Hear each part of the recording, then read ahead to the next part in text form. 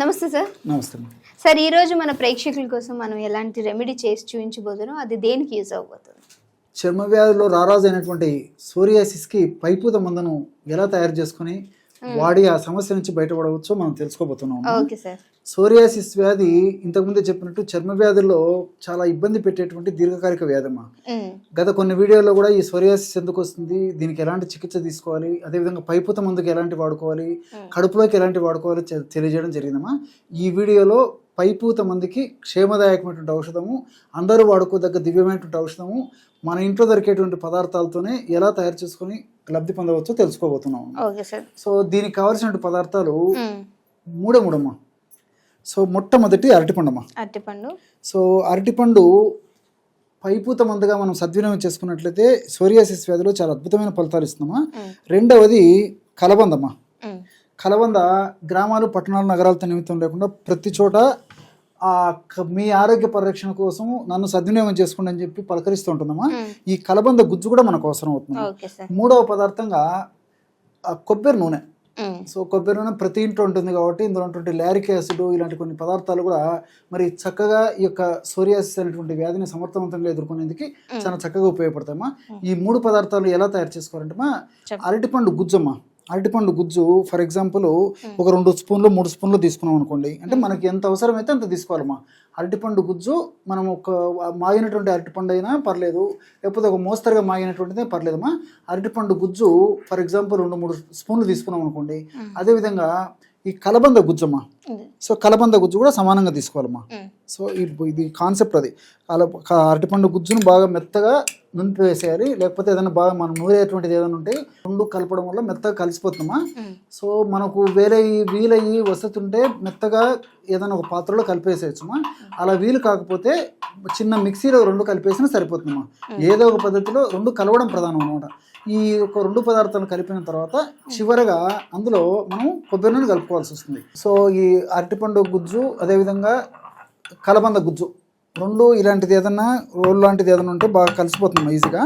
లేకపోతే ఏదన్నా అట్లా ఇలాంటిది లేనటువంటి వాళ్ళైతే చిన్న మిక్సీలో కలిపిన 2 కలిసిపోతాయి, చాలా ఈజీగా కలిసిపోతుంది. సో కలబంద గుజ్జు ఈ 2 పదార్థాలు బాగా కలిసిపోయిన తర్వాత అందులో సమభాగంగా, అంటే మనం ఈ కలబంద గుజ్జు అదేవిధంగా అరటిపండు గుజ్జు సమానంగా తీసుకున్నాం కదా, అదేవిధంగా మనము అందులో కొబ్బరి నూనె కూడా కలుపుకోవాలన్నమాట. ఈ అరటిపండు గుజ్జు యొక్క ప్రత్యేకత ఏంటంటే ఇందులో మ్యాలిక్ యాసిడ్ అని చెప్పేసి ఒక రసాయన పదార్థం ఉందమ్మా. ఇది డెడ్ సెల్స్ నువ్వు బాగా రిమూవ్ చేసేందుకు, అంటే స్కిన్ మీద ఉన్నటువంటి డెడ్ సెల్స్ని రిమూవ్ చేసేందుకు చాలా చక్కగా ఉపయోగపడుతుంది. అదేవిధంగా ఈ సోరియాసిస్ వ్యాధిగ్రస్తుల్లో చర్మము ఎండుబారిపోయినట్లు, పొడిబారిపోయినట్లు, డ్రైగా ఉంటుంది కాబట్టి హైడ్రేషన్ మెయింటైన్ చేసేందుకు కూడా ఇందులో ఉన్నటువంటి మ్యాలిక్ యాసిడ్ ఇలాంటివి ఉపయోగపడతాయి. అంతేకాకుండా ఈ అరటిపండులో ఉన్నటువంటి కొన్ని రసాయన పదార్థాలు చర్మం యొక్క క్షారత్వాన్ని పెంచుతాయమ్మా. చాలా మందిలో చర్మం ఆమ్లత్వం ఉండడం చేతనే ఈ యొక్క చర్మ వ్యాధులు, ముఖ్యంగా సోరియాసిస్ లాంటి వ్యాధులు వస్తుంటాయి కాబట్టి చర్మం యొక్క క్షారత్వాన్ని పెంచేందుకు కూడా ఈ యొక్క అరటిపండులో ఉన్నటువంటి రసాయన పదార్థాలు ఉపయోగపడతాయి. అట్లే కలబందలో ఉన్నటువంటి కొన్ని రసాయన పదార్థాలు బ్రాడికైనేజ్ అనేటువంటి రసాయన పదార్థం ఇన్ఫ్లమేషన్ తగ్గిస్తున్నామా. సో ఇన్ఫ్లమేషన్ అనేటువంటి ప్రక్రియ జరిగేటప్పుడే సోరియాసిస్ ఉన్నటువంటి భాగంలో ఎర్రగా ఉండడము, మంట, పోటు, సలుపు, దురద ఇవన్నీ కలుగుతుంటాయమ్మా. ఇన్ఫ్లమేషన్ తగ్గించేందుకు ఇది ఉపయోగపడుతుంది. అదేవిధంగా TX82 అని చెప్పేసి ఒక రసాయన పదార్థం ఈ యొక్క కలబందలో ఉంటుందమ్మా. ఈ యొక్క పదార్థం యొక్క గుణం ఏంటంటే ఈ యొక్క చెడిపోయిన ఈ యొక్క పాత కణాల స్థానంలో ఈ యొక్క సోరియాసిస్ వ్యాధిలో కొత్త కణాలు ఉత్పత్తి అయ్యే కొద్ది పాత కణాలు పోతుంటాయమ్మా. సో కరెక్ట్గా కొత్త కణాలు ఏ పద్ధతిలో ఏ మార్గంలో కరెక్ట్గా ఉత్పత్తి కావాలన్నా ఆ పద్ధతిలోనే ఉత్పత్తి ఎట్లు చేస్తుందమ్మా. అంతేకాకుండా కొన్ని రకాలైన రసాయన పదార్థాలు ఈ చర్మం యొక్క చర్మ కణాల యొక్క ఓవర్ యాక్టివిటీని తగ్గించేందుకు కూడా ఈ యొక్క కలబందలో ఉన్నటువంటి ఆల్ప్రోజన్ ఇలాంటి పదార్థాలు ఉపయోగపడతాయమ్మా.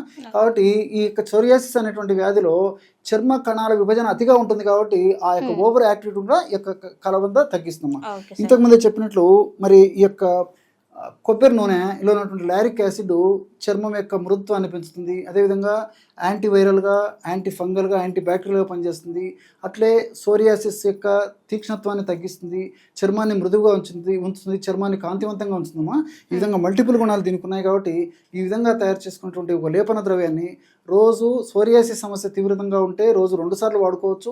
సోరియాసిస్ సమస్య కొద్దిగా ఉంటే రోజు ఒక్కసారి మాత్రమే ఈ యొక్క పదార్థాన్ని ఈ విధంగా మీరు తయారు చేసినటువంటి పదార్థాన్ని పైపూత మందుగా అప్లై చేసి కొద్దిసేపు మర్దన చేసేసి ఒక అరగంట లేదా ఒక గంట సేపు ఉన్న తర్వాత తుడిచేయడం కానీ కడిగేయడం కానీ చేస్తుండాలమ్మా. ఓకే. ఈ విధంగా చేయడం వల్ల అతి త్వరలోనే శీఘ్రంగా వెంటనే ఇందులో ఉన్నటువంటి గుణాలు, సద్గుణాలు, రసాయన గుణాలు, ఔషధ గుణాలు పనిచేసి ఆ సోరియాసిస్ వ్యాధిని తగ్గేందుకు చాలా చక్కగా సహకరిస్తాయి అమ్మా. ఓకే. సో చూసారు కదా, సోరియాసిస్తో బాధపడే వాళ్ళకి మన పైపూత మందు అనేది చాలా బాగా యూజ్ అవుతుంది. అది కూడా మనకి బాగా ఇంట్లో ఉండేటువంటివే, అలోవెరా ఉంటుంది, బనానా, కోకోనట్ ఆయిల్ మనకి ఎప్పుడు అవైలబుల్గా ఉంటుంది. కాబట్టి ఇది ఒకసారి ట్రై చేయండి. ట్రై చేసిన తర్వాత మీ వాల్యుబుల్ కామెంట్ని కింద ఖచ్చితంగా ఇవ్వండి.